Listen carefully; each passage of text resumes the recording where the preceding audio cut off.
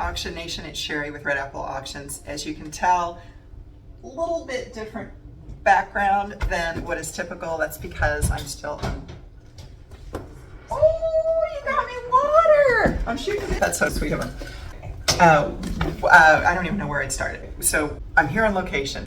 We had an event yesterday in Martha's Vineyard, and so I'm up here still because my flight doesn't leave until 5, and so I've got a few hours. And I asked if I could just, pop into a room. They put me in this nice little meeting room. I turned off the air conditioner, so hopefully you can hear okay as I talk about a conversation I had last night with the Gala Chair, and I'm just going to ramble on a little bit about Gala Chairs and so forth. Years ago, when I started my business, I decided to focus on Gala Chairs, volunteer Gala Chairs. And the reason I did that was because they're the one group that doesn't ever have training, or is likely to not have training. So for instance, it's not that development directors don't get value from these videos, or board members or committee members or other people, but Gala Chairs are the ones that I always felt like had the most riding on their shoulders. They'd been asked oftentimes, or volunteered on their own, to run an event, but yet they, in many cases, they might be doing this once in the first time in their life or once in their life. In other cases, they might have planned birthday parties and anniversaries and weddings and things like that. But running a gala, an auction is especially when you bring the auction in, it's a very different thing, because there's lots of different types of fundraising events, right? You can do bowl-a-thons and golf tournaments. You can do home shows. You can do, I don't even know what they're called, but like drop rubber ducks into the river, and the first one that crosses the finish line 3 miles down the road wins, down the river, I should say, river wins. And all of those types of activities typically have sponsorships, like you're selling sponsorships or underwriting out opportunities, probably ticket sales. So those parts are familiar.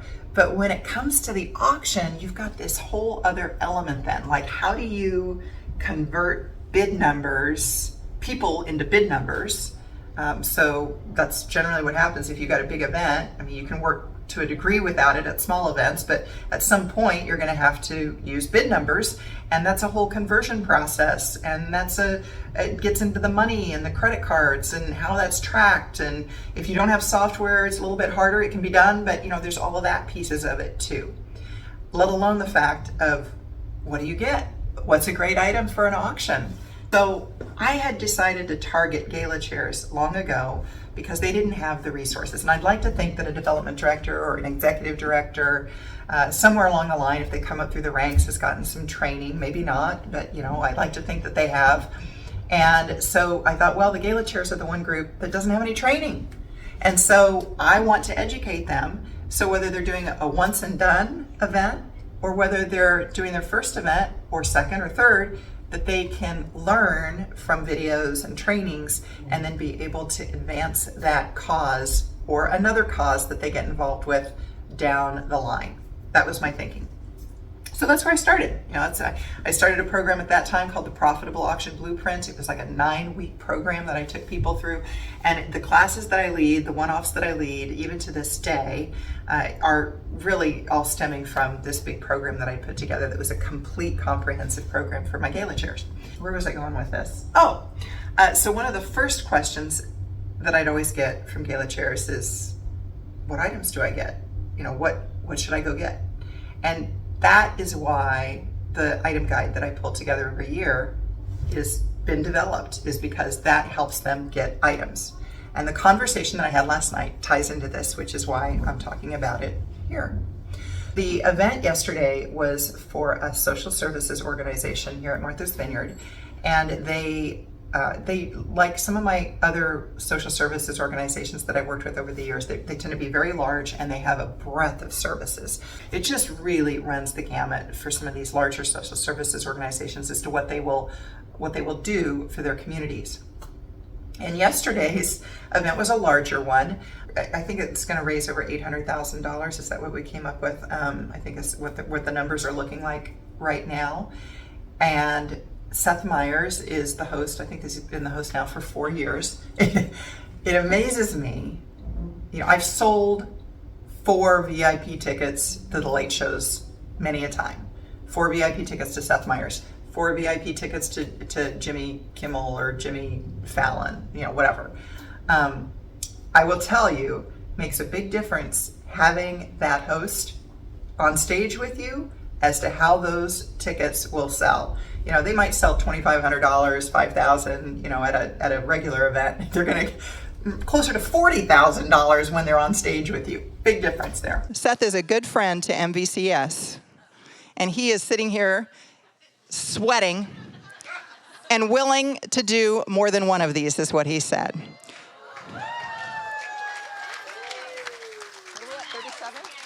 37? So we've got what?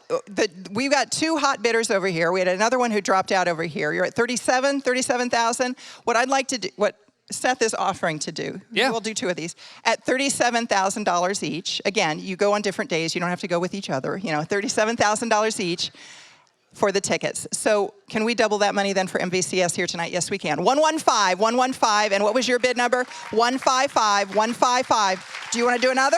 Yeah, I'll do another.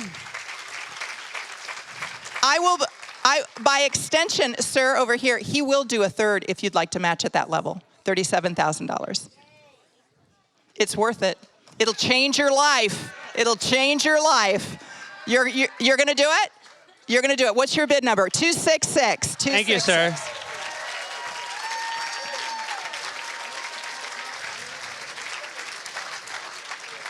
And on this day and this day only, Seth Meyers was worth more than Jake Gyllenhaal. This event yesterday, social services organization, after the event was an afternoon event, officially starts at 4 o'clock, ends by 6:30. Everybody needs to be out of the tent. Afterwards, we all went out to dinner, and so I was seated next to the Gala Chair. And what has interested me over the years is that some Gala Chairs, they are very active in going out and getting the items. Other times there's a committee who's responsible for that. It just varies. But some people really take to that activity, and they would be top salespeople at any Fortune 500 company that they would go work for. They might not realize that, but they would. They won't take, they'll take no for an answer, but it doesn't faze them. It's like they're going to go on to the next one. Hey, if I got 3 no's in a row, I know the next one's going to be a yes. And that's their attitude. Very sales focused in that sense. Yeah. No one was there. So some of these folks are very sales oriented, and they do a great job, and they go get items, and they don't mind asking. But then others are more intimidated. But what does help them psychologically is if they're able to realize that they're not asking for themselves, they're asking for a cause that they believe in. So if they were asking for themselves, it would be more awkward. But instead they're asking for something that they really care about, so it's easier to make that ask. So last night, they had great items yesterday, and so I was asking her about that process, and she said that what she doesn't think of it as sales really, but what she does like to do is she likes to share her story, right? And this maybe will help you. This is why I'm telling you this now. By the time we had dinner started at 8. This was probably a conversation at 9 o'clock. I'd already had a sangria and a glass of wine at this point, so I'm not going to be as eloquent at remembering what she had said right now than what I would have at the very moment. But more or less, she said that she likes to share her story and what is her connection to the organization when she goes in and asks. And I would encourage you to do the same thing. Think about that. Like, why do I care about this cause, and why am I asking for this? You're also going to be able to talk about the fact that maybe you're bringing this business donation in front of 300 movers and shakers in your community. But for the initial conversation, why am I involved in this? And I want to tell you a little bit about the organization and this event that we have coming up. And then what she'd said, and I wish I remembered this part even better, was she was talking about closing the deal. So when you close the deal, now this is going to depend on who you're really talking to within the organization or within the business. If you're in a small community, then chances are, when you go into that shop, you might be talking to the shop owner. If you're trying to get a donation from a multi-conglomerate, this is a whole different ballgame. But if you're going in and talking to that local small business about why they should support your local small nonprofit, then you can talk about what she had said is, what is the angle for them? Do I know this person? What would speak to them? Of the services that we offer at this social services organization, is there something that she knows that they would care about? Is it disability services? Is it counseling of some sort? What is it? And speak to that as you're closing the deal. And that close is going to vary depending on who you talk to. I think that's all I want to say about that. Maybe you got some tips out of that. Hopefully you did. Did I already mention, I've been interrupted a couple times here. I can't remember if I talked about my auction item guide. That's free on my website. If you put in your email, you'll be sent a link. Check your spam for it, find it, click the link, and then you'll be able to download the auction item guide for your own use. Packing up here. But what I wanted to say as well, and I didn't mention it in the video after I watched it, too many interruptions here, was that I had done a survey of Gala Chairs early on when I started my business. The number of hours is what I wanted to know, how much they planned for their events. How many hours are they putting into their events? And would you believe it amounted to the equivalent of 9 months of full-time work? A 9-month job for a Gala Chair, for a volunteer, without training. That's a job without training. So that was part of the reason why too I really focused on the Gala Chairs, is because that's a heck of a lot of time for no training on a job.